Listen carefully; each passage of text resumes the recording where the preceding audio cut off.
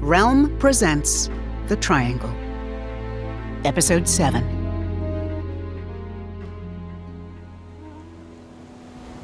David Segarra stared out at the floating debris, a glistening of diesel on the surface of the water, a few shattered pieces of fiberglass and shredded canvas, a champagne bottle bobbed nearby. That was all that remained of the yacht and its passengers. How could they be so stupid? Dumont whispered. It wasn't clear if she meant the Althouses or the Russians. Segarra allowed himself a brief moment of sorrow for the lives lost, especially young Corey and his dream of finding his parents. He felt a separate pang for Malik, who had sacrificed everything for his brother, just to see the boy's life thrown away as an inconvenient pawn. A cloud drifted across the sun, deepening the shadows. He let his gaze wander over the faces of the others. Hammond had gone sheet white and was staring at the point where the yacht had been, shaking with shock. McBride looked only marginally better. He opened his mouth, then closed it again, for once with nothing to say. St. Clair was stone-faced, but a quiver in her lip betrayed the emotion beneath the surface. Dumont pulled her hair back and stared out at the debris as if wishing to find some other explanation for what they'd just seen. Then her brow creased in thought. You know, Dumont rubbed her eyes, stared at the far horizon. I keep turning this over in my head, and although I can't explain it, I think Olivia is right. Time is funny here. Segarra squared his shoulders and turned toward the submarine, water running down the black sides as the lagoon emptied. Take them back to the camp, he snapped at St. Clair. Get the gun. No one leaves. There was a chill as they all realized that he'd echoed the message from the sub. What are you going to do? Asked Hammond. Segarra was not used to being questioned at a moment like this. But then there was a lot about this week that was not what he was used to. He took a deep breath. I'm going to the submarine. Are you crazy? He just blew them out of the water. Hammond's words fell out in a tumble of fear and grief. You can't go with St. Clair. Segarra turned and began walking along the coast of the lagoon. It would finish raining in just a few minutes, and he wanted to be there when it did. He could hear St. Clair nagging everyone to come along, but he didn't turn back. This was not open to discussion. Dmitry Kolesnikov had turned this into a combat encounter. He was the enemy. The soft patter of footsteps took a moment to register. Segarra turned and saw Malik coming up from behind. He shook his head. Go back to the others, boy. Not your boy, snarled Malik. His eyes were bright with anger and pain. Segarra felt for him, but this was neither the time nor the place. That's an order. No, he kept walking. I want to see the man who murdered my brother. Segarra reached for his shoulder, but Malik brushed him off, kept walking. With or without you, he said. Segarra recognized the same steel in Malik's posture as he felt in his own. Let me do the talking, he said, relenting. There was no response for a moment, and then Malik nodded without stopping. It left Segarra with no choice but to walk straight up to the submarine. The guards were already climbing out of the hatch, each one stopping as he got clear and pointing an automatic weapon at them, allowing the next one to climb out and move farther. 3 others climbed out and moved to the rear toward their encampment. As the last of the water drained, there were more than a dozen men atop the submarine and 2 more coming down the gangplank. They stepped in time down to the sandy floor of the lagoon and lifted their weapons, saying something in Russian. Probably, halt or we'll shoot. Segarra ignored them. Dmitry Kolesnikov, he shouted. Come out here and face me like a man. The men kept their guns raised as they conferred, One called down the hatch. Another sailor clambered up from the makeshift encampment at the shore of the lagoon. Sagara noticed for the first time how lean the soldiers were, the sharp edges of their cheekbones and the tired look in their eyes. They straightened as another man came up the hatch, running a hand through his hair. Judging from the reaction of the guards, he was clearly of high rank. As the man strode down the gangplank, Sagara recognized him as the officer who had taken St. Clair to the medical bay, the XO. No sign of Dmitri. "You should leave," the man said in a tired voice. "I'm not leaving until I speak to Dmitri." "Captain Kolesnikov," corrected the man, carefully pronouncing each syllable. "He is busy and does not wish to speak to you." Sagara struggled to control the rage burning through him. "Then you can explain your ship's actions. You've deliberately attacked an unarmed vessel, killing 3 civilians." "Stop speaking and leave," said the young man. "If you come closer to the submarine, we will shoot you." "No. Hear me out." Sagara took a deep breath, as if he had something important to say, but nothing came. He could not see what they could do. Outclassed, outnumbered, outgunned. And the risk of a torpedo if they dared to leave the island. Dmitri held all the cards. At the encampment at the far shore, he saw 2 men shifting something heavy. For a brief moment, he got a clear view of a person, someone wounded. And then he focused on the face. It was Miller. She was lying on, or perhaps tied down to, a litter. "Hear me out," Sagara said again, trying to buy time. Miller was out of the submarine. That meant they could get to her. They could rescue her. "I am listening." The XO folded his arms. Before Sagara could collect his thoughts, everything went sideways. Malik ran forward at full speed and swung. A wide right hook that looked straight out of Hollywood, aiming for the XO's jaw. It was a solid punch with some force, and it might have done some damage if it had connected. But Malik's entire movement had telegraphed his intentions, and the slow blow was easily avoided. The XO simply stepped back, allowing Malik to stumble with his own follow-through.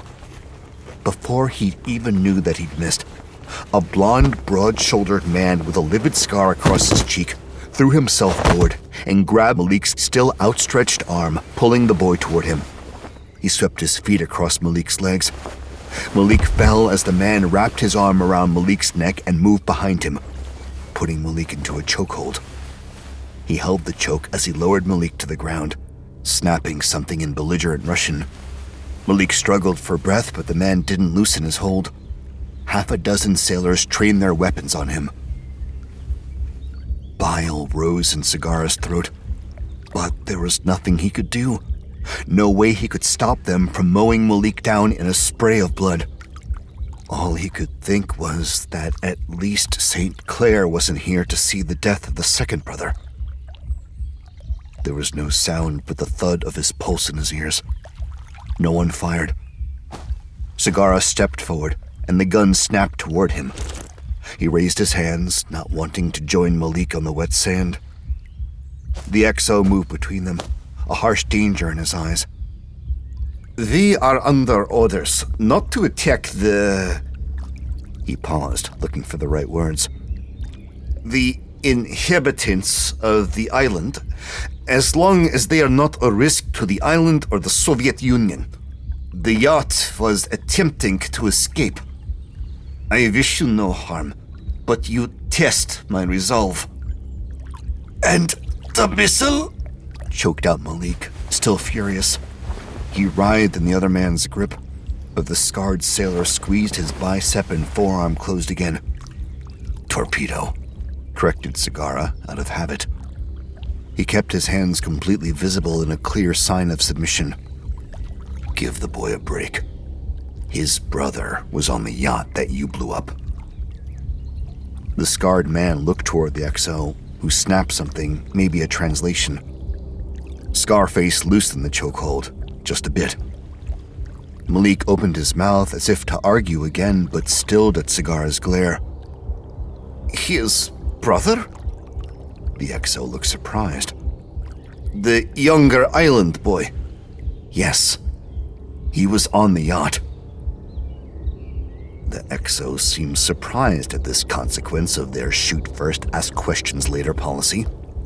Segarra had no sympathy, but he wasn't above using their surprise to Malik's advantage. He was fairly certain that the Russians were running out of supplies, and guessed that they would not want another prisoner.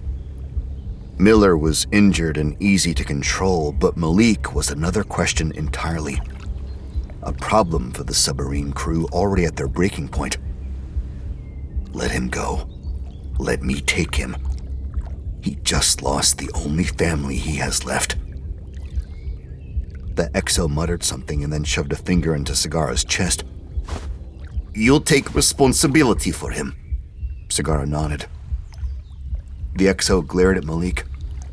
You will leave with your vice admiral, or you will be shot. Belligerence and fury crossed Malik's face. Segarra's rage, in contrast, was as cold as ice. He would not allow the boy to scuttle his plans. The Russians needed not to be attacked, but to be beaten. This isn't the time, Segarra told him in a low voice, speaking quickly in the hopes that the XO wouldn't follow. You are surrounded, outnumbered. If you are going to do something, make it count. The XO shot Segarra a look, but the words had the desired effect. Malik stopped struggling against Scarface's hold. You are not the boss of me, he said, but his words lacked their earlier venom. No, I'm not, agreed Segarra. But right now I'm the closest thing to a friend you've got. Work with me, goddammit. Don't let yourself be killed as senselessly as your brother was. Malik's eyes dropped in a surly look, but he gave an almost imperceptible nod. Scarface felt the change in tension. He loosened his hold and caught Malik's elbow to help him stand. Malik shook him off and jumped to his feet, fury burning in his eyes as he stared at the dozen guns still aimed at them. Segarra knew he couldn't keep trying to talk to them, not with Malik at the end of his tether, desperate for revenge. He reached a hand toward Malik and then thought better of it. We'll leave. Tell Dmitri that I considered this to be an act of aggression against all of us, against all the islanders you claim to protect. I will escort you out of the city, to make sure they didn't see anything. I'm not the one that broke the truce, snapped Segarra. The XO gave a cold smile. One of the men might get the wrong idea and feel that a bullet in the back would save us all a lot of trouble. I am escorting you for your protection, as well as our own. Segarra shrugged and started walking. The XO fell in alongside. Malik sped up, walking slightly in front of them as if he just happened to be going in the same direction, but close enough that he couldn't be said to be breaking the agreement. The XO spoke quietly once they were out of range of the sailors. I am truly sorry about the boy. We didn't know. Segarra grunted in response. They'd blown up a civilian pleasure yacht but wanted to apologize for who was on it? He had no time for this. But there was one thing that was niggling him. As angry and frustrated as he was, he couldn't help asking, How long have you been here? He gave the man a sidelong glance. It's clear you are running out of supplies, and the island does not have the resources to supply all of your men. We think 2 years? Maybe 2.5? Said the XO. Sometimes it is hard to say. Time is strange here. Segarra remembered Dumont saying the same thing. Then he thought about the slipstream around the island, the F-35 disintegrating before them. He couldn't think about the pilot. It was still too raw. But that plane alone. The next words from the Russian, drove the image out of his mind. The last news we had was that your president had been shot. Did he survive? The president? Sagara paused as he struggled to understand. Shot? Malik kept walking. The XO shrugged, taking Sagara's confusion as a refusal to answer. He was already old, anyway. Brezhnev, too. Our leaders. They age badly. He scanned the area, presumably checking that no one was lying in wait. Then he gave Sagara a hard look. We will respond to any threat with violence, with aggression, with force. But it does not have to be that way. The choice of violence or not is yours. We are not looking for a war, Vice Admiral. And this is the truth. Sagara started to respond and then shook his head in anger. You fired in cold blood. The yacht was unarmed. The Aldhouses never thought you would kill them for daring to leave. And you killed a boy who wanted nothing so much as his mother. Malik stalked away, but toward the hill and the trees, not back to the lagoon. Sagara led him. The XO shook his head. It is regretful. In wartime, terrible things happen. That doesn't mean we want the war. But until our reinforcements arrive, we will hold the island, Vice Admiral, and we will not relinquish control of the weapon. There was nothing more for Sagara to say, so he simply walked away. He and his team would take Miller, and then they would force Dmitri out of his submarine once and for all. The island was American. The files they had found already proved that much. If the Russians thought they could keep it, they had another thing coming.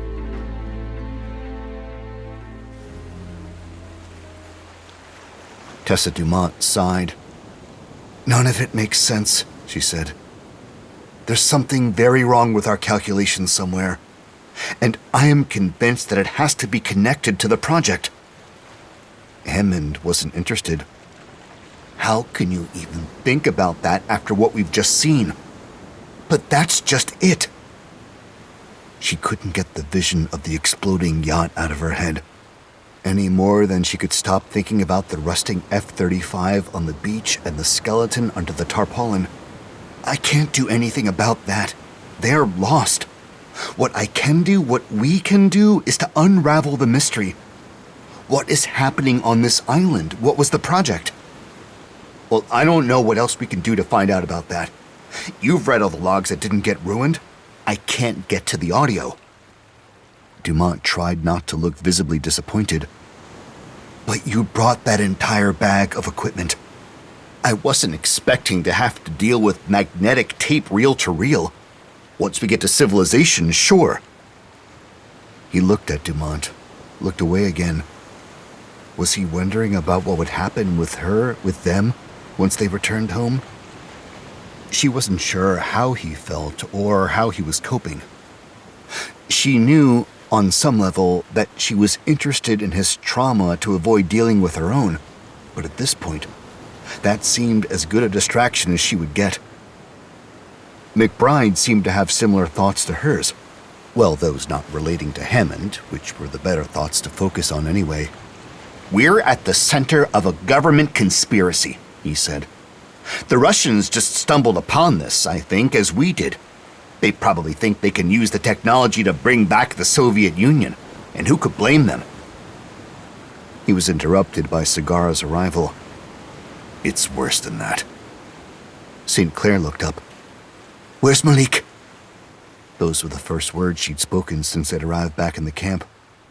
He ran off after attempting to sucker punch the second-in-command, said Sagara. He sat down heavily next to her.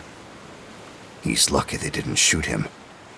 I think he'll be okay, but he needs to cool down. He shook his head, clearly distracted. When was Reagan shot? McBride answered without thinking. 1981. And when was Brezhnev in power? From 1964 to 1982, I'll take Cold War facts for 200, Alex. He said they'd been stuck here for more than 2 years, Segarra said, half to himself. But Dmitri said they were true Soviets. And the XO said the last news they heard was that the American president had been shot. Kennedy was shot, said Hammond. That's even weirder. Besides, they'd know that President Kennedy didn't survive. He was pronounced dead the same day. Besides, the XO said he was old. Segarra massaged his temples. No, the only one that fits is President Reagan. Nothing else makes sense. But if he'd just been shot, why would they say they'd been here just 2.5 years? Dumont did the math. If you're right, they've actually been here almost 40 years. How could they miscount so badly? It's not miscounting. A cold hand gripped Dumont's stomach as she spoke. She'd known this. Known it from the moment she remembered the date of Olivia's crash, but she hadn't wanted to admit it. Now there was too much evidence to ignore. November 4-6 Charlie Sierra disappeared 5 years ago with 2 adults and 1 child on board. The aircraft glided to shallow water, then broke up on impact, allowing Olivia to climb out. I've been able to get this from her in her witness interviews. You've been interviewing her? Hammond was aghast. She ignored him. It's possible that the accident report is wrong, and Olivia's recollection is correct, that the accident happened only a few months ago. That's what I assumed until now. But then, let's look at the Zwiecki brothers. They described a political situation and collection of storms that St. Clair doesn't recognize, at least not in recent months. But you said there was such a situation 10 years ago, right? St. Clair slowly nodded. That's right, but hear me out. The Russians tell us that the island is a weapon, that they are Soviets. Some sort of modern splinter faction, we thought, but why? Because they are too young to have been here since the Soviet Union. And yet, the XO asked about the shooting of our president, said McBride. They are Soviets. They sat in stunned silence, each taking it in. Then Segarra spoke. It doesn't matter. The end result is the same. If we remove power to the city, maybe the men will suddenly show their real age. Maybe everything will go back to normal. But even if it doesn't, we need to disrupt the hydrofan so that we can get off the island. That means disabling or destroying the submarine. St. Clair shook her head.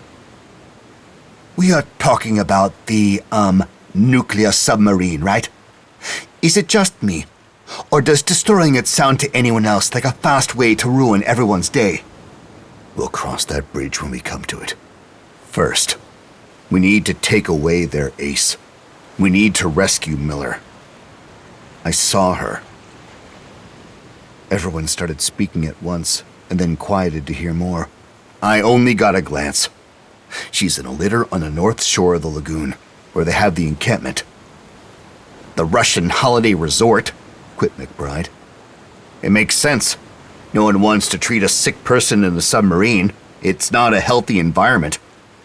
I can't believe the captain has kept them in there all this time. Well, she's there now. And more important, high tide is coming. They'll only leave 5 or 6 of them out of the sub. We can take them. Won't they just radio to the submarine for help? Hammond shook his head. Their radios aren't going to work any better than ours do, especially if their technology is from the 1980s. He chewed his lip.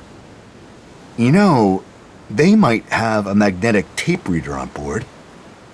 If they did, they'd already have collected the audio tapes, said Dumont.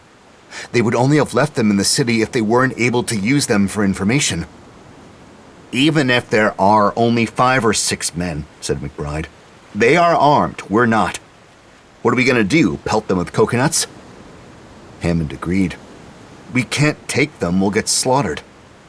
We're 6 if we take Malik, said St. Clair. But I don't like it, Admiral.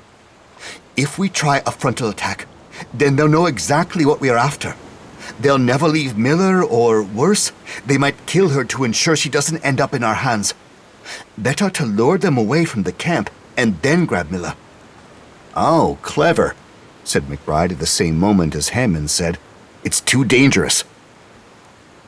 But Segarra seemed to like the idea too. He stared into the middle distance, deep in thought. We could stage a raid. Make it look like the island is under attack. McBride agreed. Send Malik back in to try to give one of them a bloody nose? You aren't risking him just to save Miller, snapped St. Clair. Hello, he was doing it for no gain earlier, McBride shot back. Or light a fire, Dumont said quickly. She took a swig of water and wished for more. If there's a fire, they would have to respond. Burn the still, said McBride. That'd get him running. They have a still? He nodded. They're making moonshine over by the fruit trees. A big pail of fermenting fruit and a jury-rigged still made from an old barrel and a bunch of pieces of submarine. Pretty sure Dmitri doesn't know about it. I'm sure he doesn't, said Segarra. Is it any good? It's not bad, said McBride. St. Clair interrupted. This is the closest they've got to shore leave. If you really want to distract them, you shouldn't put them on full alert. She's got a point, McBride said and waggled his eyebrows. The men all looked at her, and she shook her head. No way. That's not what I meant. Dumont stepped up next to her, anxious to show St. Clair the same support as St. Clair had shown for her. Not happening. I get what you mean, though, said Hammond. Stranded here, whether 2 years or 40, they've got to be dying for entertainment. If we could lure them away for something good... His words trailed off. I need my bag. I'll be right back. Dumont watched him go and shrugged. I can't see how we do it. Invite them to dinner and then knock each one over the head as they arrive? Yeah, no, said St. Clair. I can't see it working. Hammond reappeared with his bag slung over his shoulder and his tablet in his hand, swiping through the audio interface. Yes. Yes? Dumont crossed her arms, ready to shoot down another crazy idea. When the Admiral took our phones, I put some movies on the drive. There was plenty of space, and I thought we might end up with dead time while we were traveling. One of the movies on the drive is The Hunt for Red October. You know, Sean Connery and the invisible Russian submarine. I'm sorry, you what? St. Clair snorted. You're going to invite them to a movie. Maybe popcorn. No, don't be silly. But the movie is in Russian for the first few minutes of every scene. So we broadcast that behind the city, maybe by the beach with a hydrofan, and they'll hear Russian voices and come looking. They'll think it's a rescue. McBride burst out laughing. Classic! Dumont smiled at the joke. St. Clair rolled her eyes so hard Dumont was worried they might fall out. But to her surprise, Segarra started nodding. That's not a bad idea. If we can get some of them out of the camp, that'll be enough. He jumped to his feet. You need to pull them this way so they'll be out of sight of the encampment. The trick is that this has to appear to be totally non-aggressive. When they work out that the audio is coming from you, well, then it's just an American movie. No one can complain. McBride, you stay with Hammond for when they come looking. You can talk them to death. He grabbed a stick and started drawing in the sand. St. Clair and Dumont go into the camp from behind, via the hydrofan. The sailors left there won't think of them as a threat, so they'll be slow to respond. You take them out and grab Miller. Hammond interrupted. That's just crazy. It's perfect. I'll stay out of sight and cover them with the gun. Maybe at the high ground here. He X'd a spot close to the encampment. If St. Clair can't knock them out quickly, we might have a fight. Once we have Miller, the game is up anyway, so there's no point in pretending. He broke the stick in half. It wasn't me who started this war, but I'm damn well gonna finish it.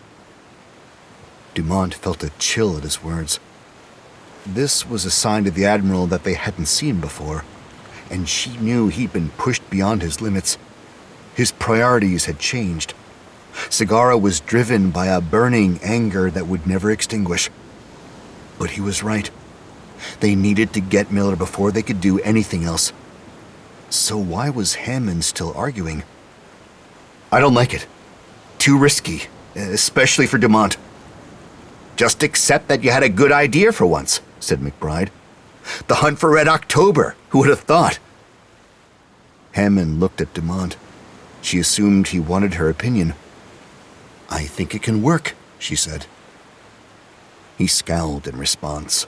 Apparently that was the wrong answer. But why do you need to go to the camp? Why can't St. Clair do it by herself? Don't be ridiculous.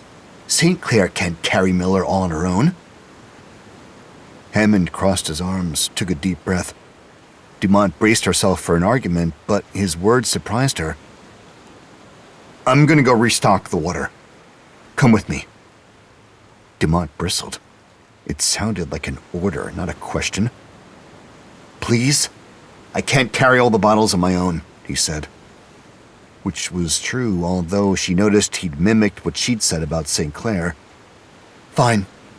She stood, brushing the sand from her jeans. How long until high tide? They had some time to kill anyway. Sagara looked out toward the water. Tide's already turning, so we're just waiting on the ductwork now. The lagoon will start filling in an hour. We'll move in once the sub is submerged. Hammond collected the empty bottles from St. Clair and started heading toward the slope, leaving Dumont to catch up. What's with you? She asked once they were out of earshot. I don't like the plan. Hey, you're the one who came up with this. You got a better one? He stomped in silence until they reached the pool below the waterfall. No, I don't have a better one. He started filling the plastic bottles, handing the full ones off to Dumont. But there's no reason for you to be at the encampment. It's dangerous. Of course it is, but it needs to be done. It's less dangerous than... Why is the Admiral slinking around in the background, putting you at the front line? Typical military thinking. To him, you're just a pawn. That's not true. He can handle the gun better than anyone but St. Clair. And he's right. If they see him, they'll be a lot more suspicious about what's going on. Whereas me and St. Clair, you can't risk yourself like this, Tessa. He stacked the bottles at the side of the spring, and then got up and took her in his arms. She had needed this since the attack on the yacht, but now she didn't like the way he was holding her. More like he wanted to prove a point than like they were two equals taking comfort in each other. She stepped back. What exactly are you saying? I'm saying you should refuse. Sagara is putting you in an impossible situation. Sagara, she noticed, not the Admiral. This was some sort of alpha male jockeying for position. She'd seen it at the NTSB, of course, but she'd never understood it. They didn't have time for this kind of bullshit. The Admiral, she said in a cool voice, pulling away from Hammond, is taking responsibility for a plan to rescue Miller from a nuclear submarine that just released a torpedo on a pleasure boat, killing a couple and a young boy looking for rescue. What part of this scenario would you like to make less perilous? The part where you go barging into the encampment with St. Clair. Why are you upset about me and not her? She's a police officer. She signed up for this. You are an NTSB investigator, for God's sake. A glorified researcher, an academic. And now here you are, suddenly acting like you're Indiana Jones. Lara Croft, maybe, snapped Dumont. Whatever. That's not who you are. No, that's not how this works. You don't get to define who I am or what I do. She took a deep breath. This is why I don't do relationships. Because somehow, in between kissing someone, I always end up being told I'm a disappointment. That I'm not doing what I should be doing. That I'm not the person the other person thought I was. That's not what I'm saying. She whirled toward him. That's exactly what you are saying, Hammond. You are putting me in a little box that fit the woman you lost, and you are telling me that I have to stay inside that little box or else you will be upset. And I'm sorry, but I'm not who you think I am, apparently. I'm not going to be a stand-in for your dead fiancé. She swallowed hard, half wishing she could take back the words, but it was too late. And she'd be damned if she was going to let him see how much it hurt her. It was fun. Let's just move on. She allowed herself one last look at him, the guy who she thought understood her. But apparently, he didn't know her at all. I have to go. I've got a rescue to plan. She hugged the water bottles to her chest and left without looking back. Marie St. Clair glanced up as Dumont came back with the water. Her instinct to ask where Hammond was died with one look at Dumont's angry eyes. She took the bottles from her one by one and placed them back under the palm leaves. Clearly, they'd argued. It was better not to ask. The Admiral, as usual, had the sensitivity of a toad. He'd started grumbling about the plan already. This is not the team I would choose for a military operation, he said. Where the hell is Hammond? Hey, I could always go get that old coot to help us out, offered McBride. He's trigger happy. He's a survivor, said Segara, and then, there you are, as Hammond appeared with the rest of the water and a face like thunder. I'm serious, said McBride. Just think how long he must have been on this island. He grabbed one of the bottles of water and took a swig. If Dimitri's boys have been here 40 years and still look like boys, then this guy, why, I bet he knows all about the project. Hammond's expression cleared, became hopeful. Damn it, McBride is right. The guy has probably been here from the start, working for the original project. Maybe he could tell us what they were doing. We might not have hit a dead end after all. Leader, said Segara, we can try to talk to him after we've got Miller safe. But, leader, I said. Segara's voice brooked no argument. He turned to St. Clair. You ready? She nodded and handed him the gun, which she'd grabbed from the cave. It seemed like a bad time to tease him about not losing it. Right behind you, she said instead. Great. Let's do this. They hiked up the slope and along the ridge to get a view of the encampment. Their luck was in. There were only 5 soldiers along with Miller in the litter. They were talking and laughing. Even Miller, although she couldn't have understood much of what they were saying. So she wasn't being mistreated. That was something. St. Clair took a long look at the landscape surrounding the encampment and then nodded. She was as ready as she'd ever be. It took longer to find a place where Hammond was happy with the acoustics. I didn't bring broadcast equipment, so we need to use the natural features for amplification, he said. At least he wasn't sulking anymore. Look, here, this works. Now we need to focus the sound downward in the direction of the lagoon. The waves will travel slower as the air gets cooler and then bounce off the water. They won't be sure where the sounds are coming from. He looked around again. I haven't needed to think about outdoor sound propagation since I was in college. I just hope it's clear enough for them to recognize. Quiet notes of music came from Hammond's rig as he tested, and then choir voices singing something in a foreign language. He tapped on his tablet to silence it and started placing the speakers. St. Clair and McBride exchanged looks. This was crazy, it was true. But Segara was right. They couldn't make any direct moves against the Soviets until they had Miller. The Admiral must have been having similar doubts. I should never have let you talk me into this. Hammond looked up from his work angrily. Hey, don't look at me, sir. There was something nasty about his usage of the honorific. I don't like anything about this, especially not sending a civilian, as you call us, into the middle of a Soviet encampment. He crossed his arms. If anything happens to Tessa, I'm holding you directly responsible. Tessa is responsible for herself, Dumont muttered under her breath. Ah, so that's what they were arguing about. McBride spoke before Hammond had a chance to argue. Look, we agreed that your movie could lure them away without making them suspicious. We all want the same thing, to get Miller out of there. Let's just try this. He sighed. Please don't make me be the voice of reason. It's not a comfortable position for me. St. Clair laughed despite the tension. He's right. She took a long look at Dumont. Are you up for this? She wouldn't think less of the woman if she backed out, but Dumont nodded forcefully. Yes, I am. Come on, then. No point in hanging around and letting Hammond wind her up. Better to just get on with it. She went over the plan as they walked. We'll swing around the back and approach the encampment from the coastal side. Once we hear Hammond's broadcast, we'll move in close enough to see who's there. If they've all stayed put, we'll pull back, write it off. But if we're lucky, they'll want to know what's going on. As they walked, she watched the ground, pushing the foliage out of the way. Finally, she saw what she was looking for.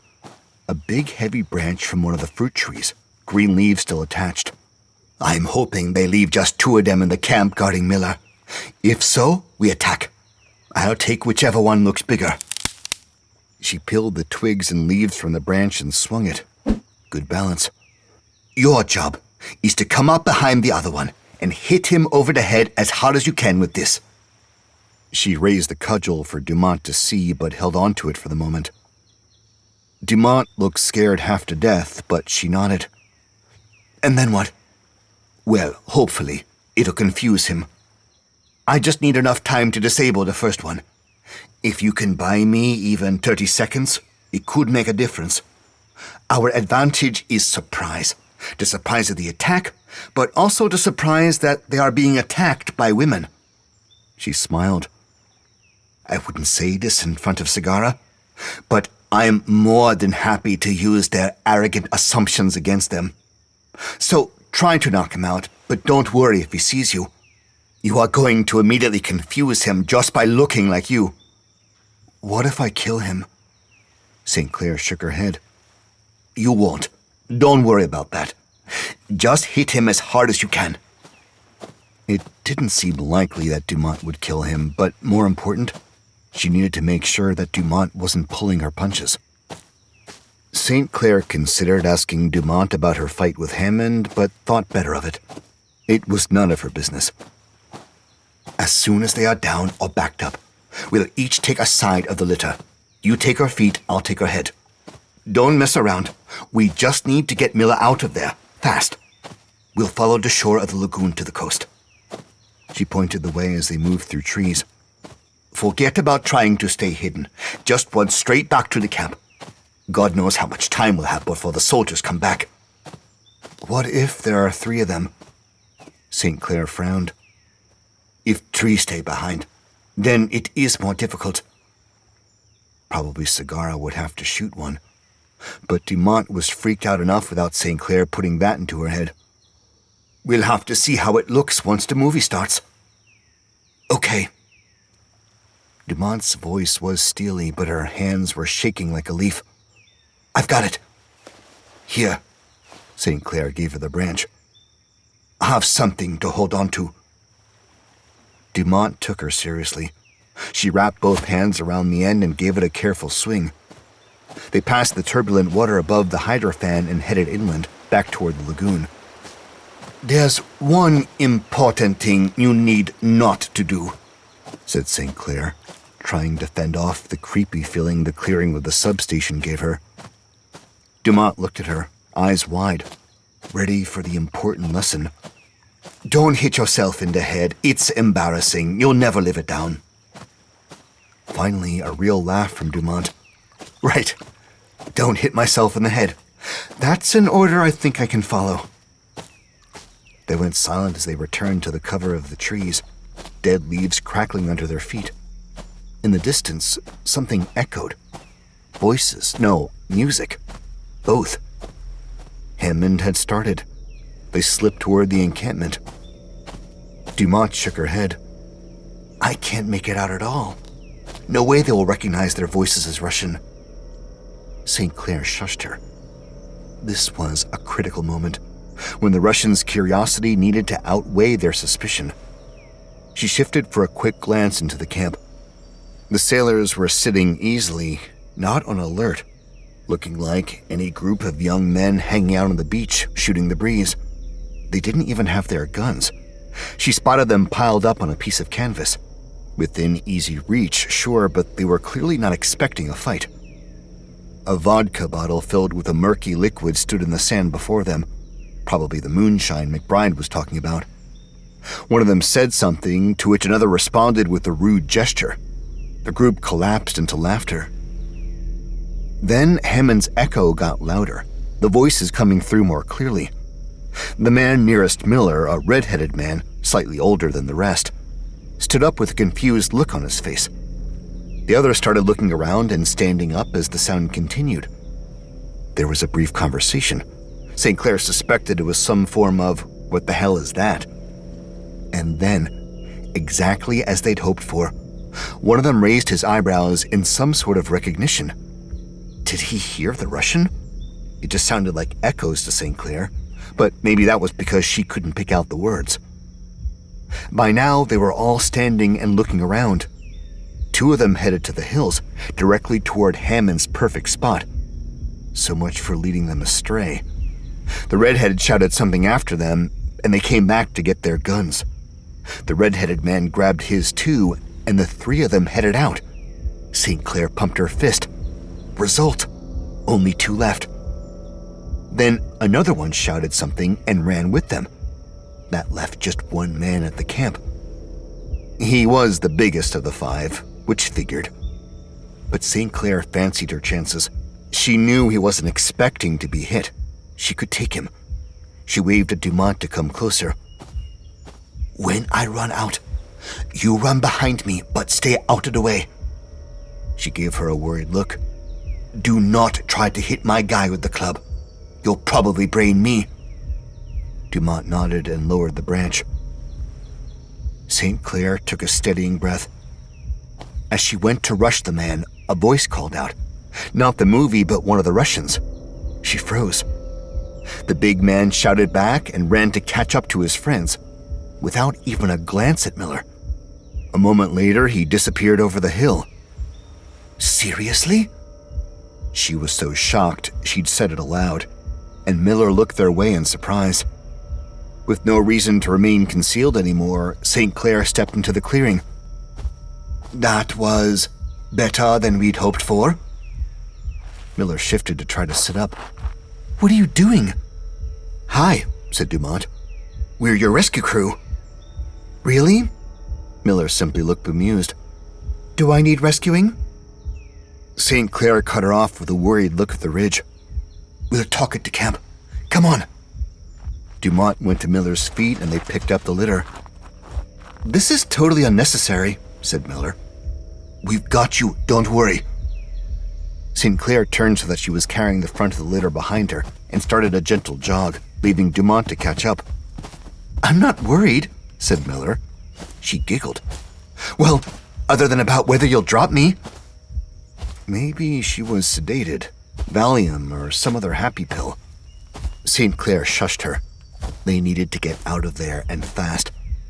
The voices continued bouncing off the rocks, but now she could clearly hear English. Yes, that sounded like Sean Connery. Dumont heard it too. "What are they doing up there?" "I don't care, so long as they buy us enough time to get around this side of the lagoon. We don't want to be trapped here once Dmitri discovers we've taken his hostage." She wasn't sure what the submarine captain would do once he realized that, but she agreed with Segara. They had to take the risk. Until they'd gotten Miller back, Dmitri held all the cards. Now he held all the cards, but one.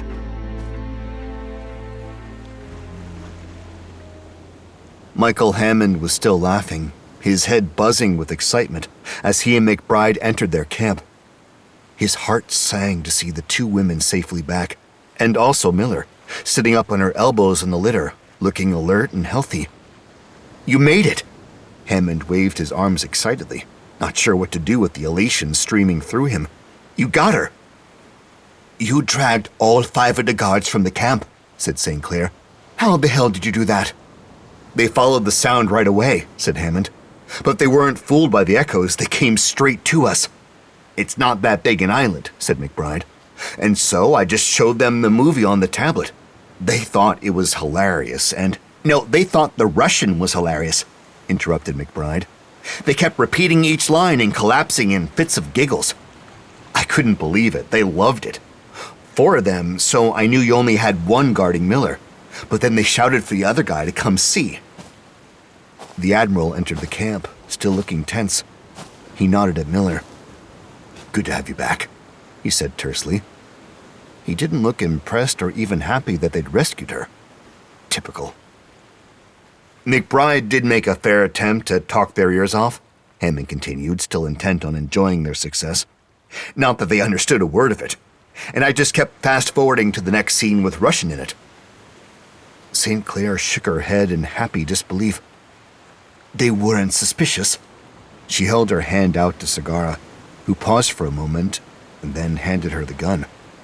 "Nope. I mean, yeah, a bit, but not of us. Just about the technology. One of them kept taking the tablet and turning it over, like he was trying to work out where the projector was." St. Clair took the dirt path toward the cave to hide the gun.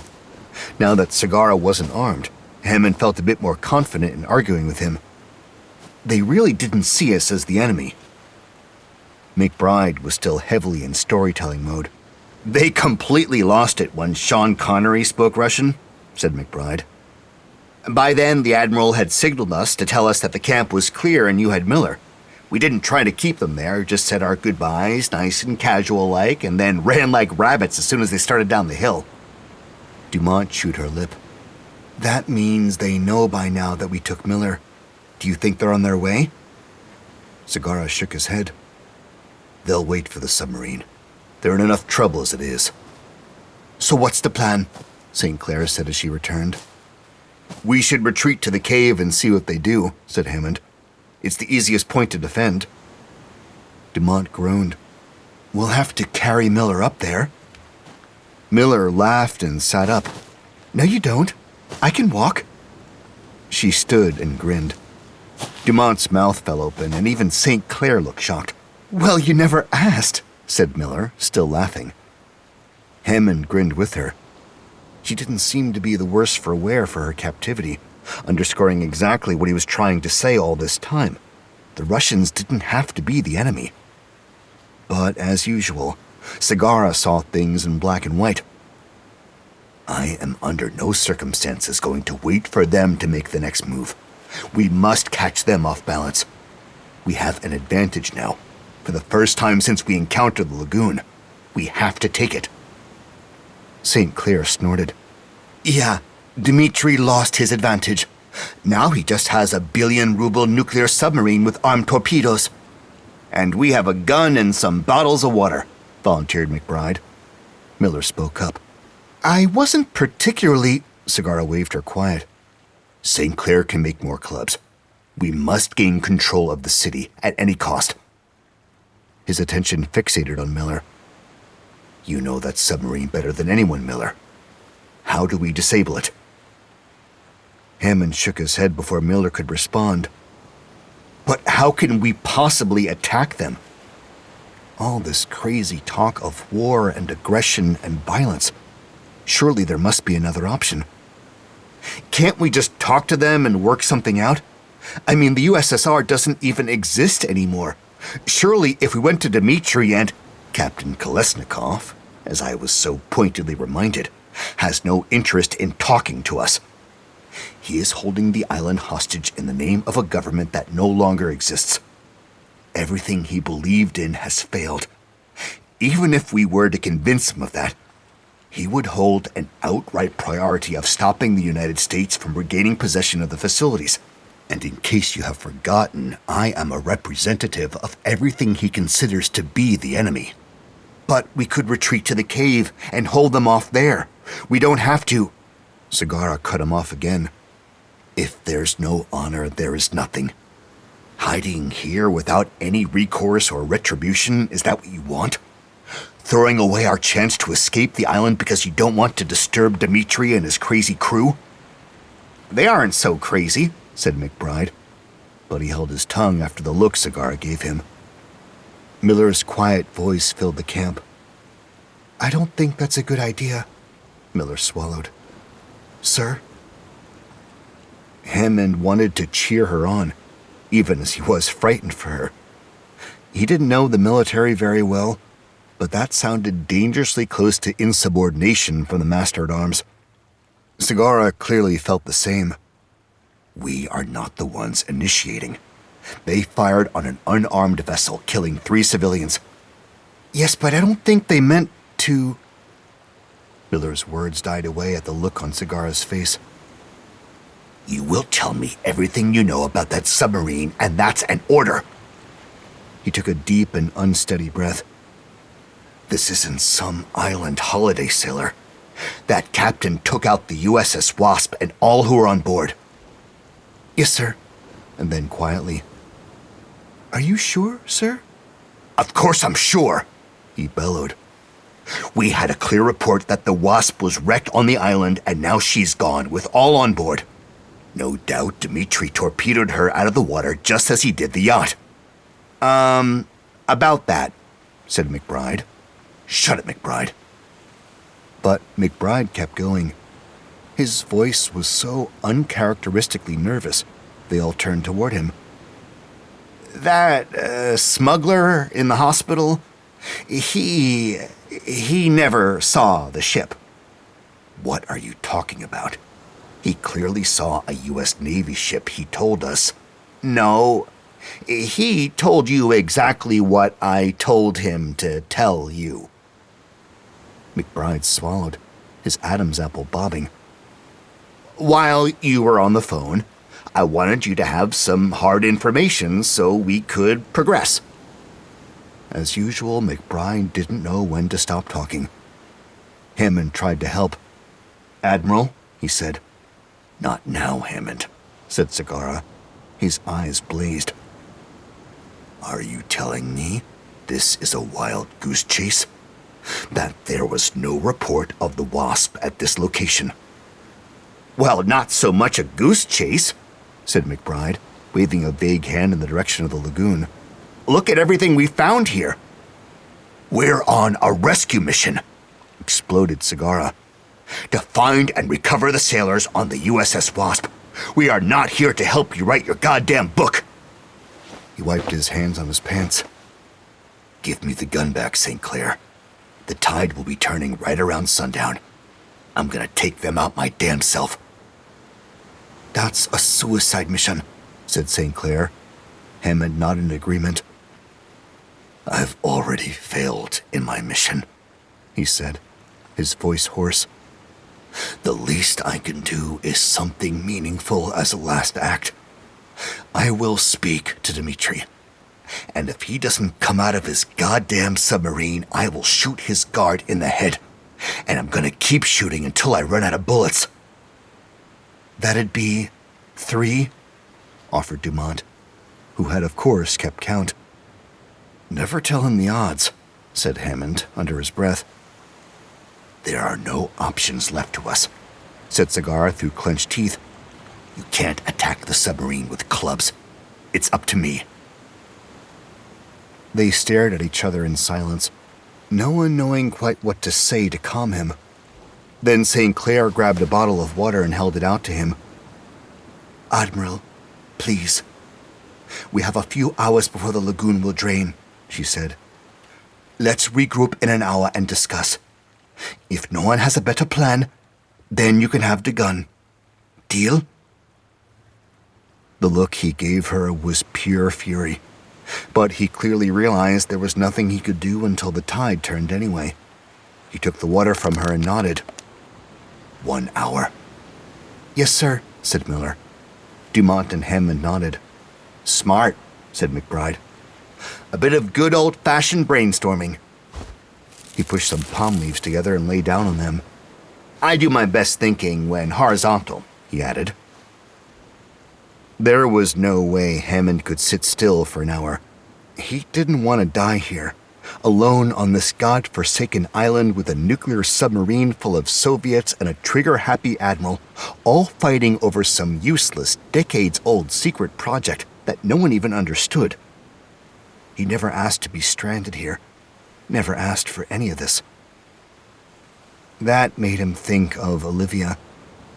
She was oblivious to the craziness of the adults around her, of course, which was maybe the best thing for her. But it also put her at high risk of getting caught in the crossfire. Hammond stood up. "We need to warn the others," he said. "I'm going to look for Olivia. Tell her she needs to stay out of the way."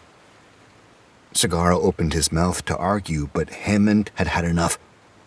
"Don't try to stop me. She's got no one to look out for her and no idea what's going on." He tried to put it into terms that the Admiral would understand.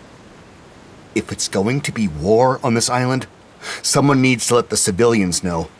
I need to warn Olivia." "And Malik," said St. Clair.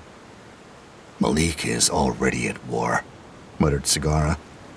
This is no surprise to him. But then, to Hammond's surprise, he gave his agreement. "If you can find the little girl and get her to stay out of the way, that would be good. I don't know how this is going to go down." For half a second, he looked tired and unhappy, a lot older than his years.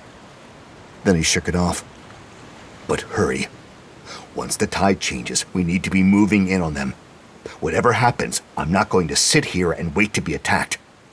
"I'll hurry." Hammond turned to Miller. "Want to come with me?" Dumont glanced at them and then looked away again. Was she jealous? Good. He dismissed the uncharitable thought out of his head. He was trying not to think about her. "Miller's going to sit herself down and tell me everything she knows about that submarine," barked Segara, "and that's an order." Miller was already sitting before he'd finished the sentence. McBride pulled himself up. "I'll come with you. I'd like a look around." Hammond forced a smile. "Sure." He led the way toward the beach, past where the F-35 lay rotting in the shallows, toward the Althouse's camp, which seemed like an obvious place to find Olivia or maybe even Malik, looking to take back what he could.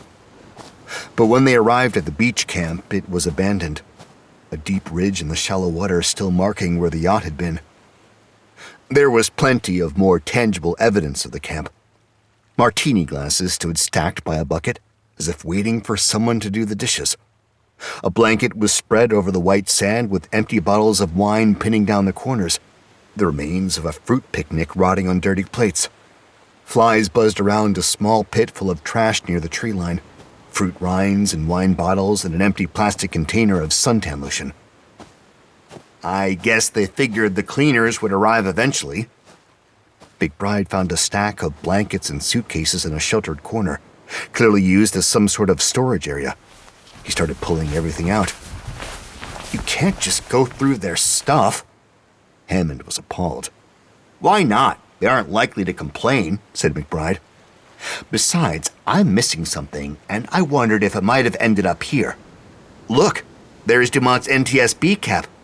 And are those St. Clair sunglasses? These people were like the magpies of the island." "It was all an adventure to them," said Hammond sadly. "Until the end." McBride was rummaging through a box. "Or a business opportunity." He held up a piece of paper folded into thirds. "This is a mock-up brochure for a rejuvenation program." He started laughing. "You don't have to look younger if everyone else is getting older faster than you." "Olivia must have been here," said Hammond. "Look, there's a little tea party." He stepped closer to the table. A large leather-encased box with brass trimmings and a stylish handle of bone or ebony. "What's this?" He flipped open the brass latches and then froze as he lifted the lid. "Hey," said McBride. "Are you okay? You look like you've seen a ghost." Hammond stroked a finger around the reels. "It's a Boozy and Hawks." "A what?" "It's a clockwork tape recorder." Holding his breath, he turned the round knob with a loud click. Nothing happened. I need to take a look at this. I bet I could jury-rig it. He looked at McBride, his mind spinning at what they'd found. The Althouses must have taken it from the research center. The timing is right. This would have been state-of-the-art in the early 1950s when they set up the base. A portable device for recording and playing reel-to-reel. That rich couple probably had no idea what it was. The predecessor of the Walkman, you mean? McBride grunted, clearly not impressed with their find. Hammond struggled to explain, his heart in his throat. Yeah, something like that. Hammond turned the knob and closed the case. But more than that, it's the way to stop the war. Don't you see? If I can make this work, I can access all those audio files we found. This is the key to the island. He started running back to the camp. And neither Sagara nor Dimitri can use it without me. You're listening to The Triangle, narrated by Neil Helligers. Produced by Realm, your portal to another world. Realm. Listen away. The Triangle is written by Dan Kobolt, Mary McGinnis, and Sylvia Spruck Wrigley. Executive produced by Molly Barton and Julian Yap. Audio production, sound design, editing, and theme music by Amanda Rose Smith.